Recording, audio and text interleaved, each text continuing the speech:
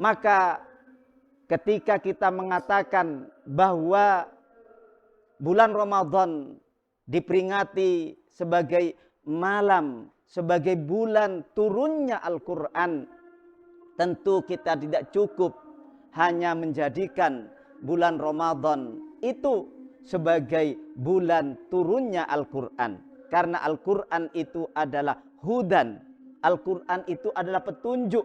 Maka kita tidak cukup hanya menjadikan itu sebagai petunjuk, tapi kita harus menjalankan, kita harus melaksanakan terhadap hukum-hukum yang ada di dalam Al-Quran, agar fungsi Al-Quran sebagai hudan betul-betul dapat kita rasakan, betul-betul dapat terjamin keselamatan kita di dunia menuju kehidupan akhirat ini.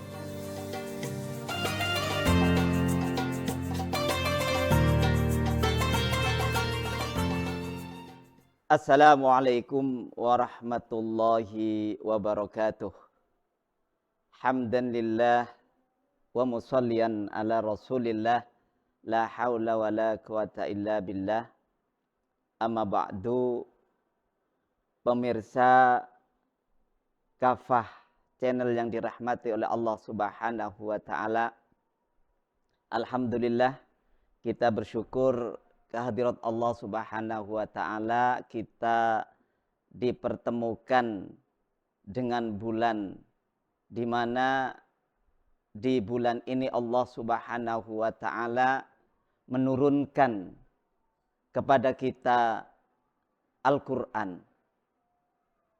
Sebagaimana Allah Subhanahu wa taala berfirman dalam surat Ad-Dukhan, Inna anzalnahu fi lailatin mubarakah. Sungguh kami menurunkan Al-Quran di malam yang diberkahi.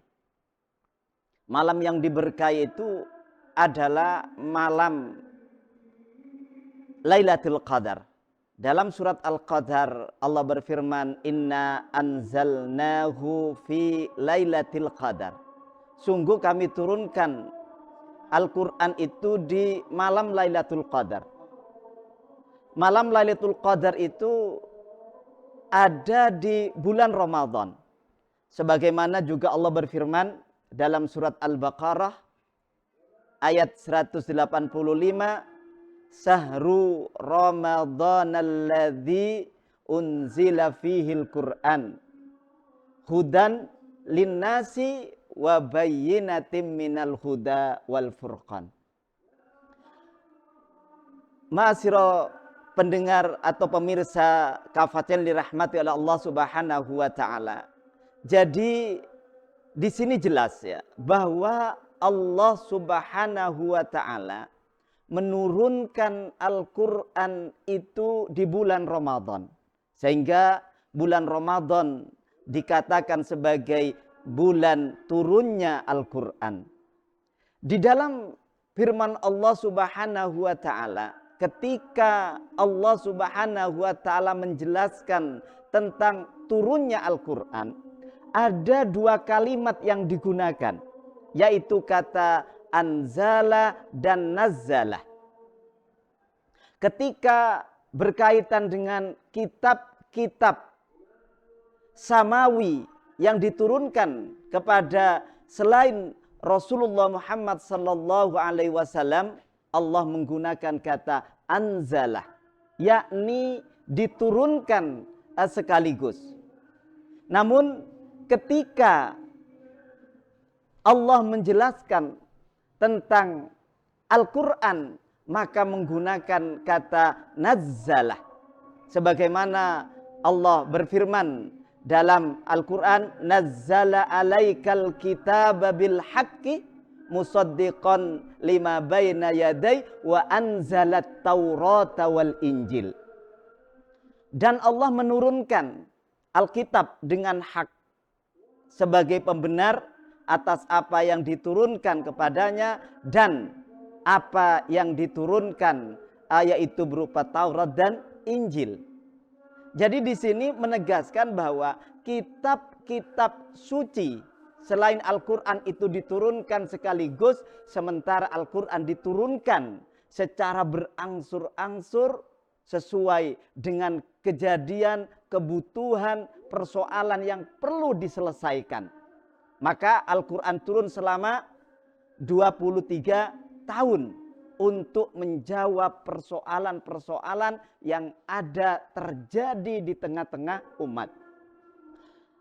Pemirsa kafatin yang dirahmati oleh Allah Subhanahu wa taala, maka Allah Subhanahu wa taala memerintahkan kepada Rasulullah sallallahu alaihi wasallam agar memutuskan perkara yang terjadi berdasarkan apa yang diturunkan kepadanya.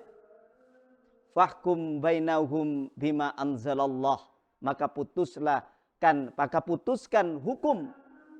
Putuskan hukum di antara mereka berdasarkan apa yang Allah turunkan. Juga Allah dengan jelas mengatakan bahwa hukum Al-Quran adalah hukum yang terbaik.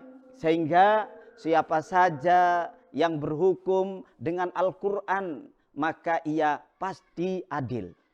Dan siapa saja yang menjadikan Al-Quran sebagai petunjuk, maka pasti dia akan selamat. Dia tidak akan tersesat dari jalan Allah Subhanahu wa ta'ala.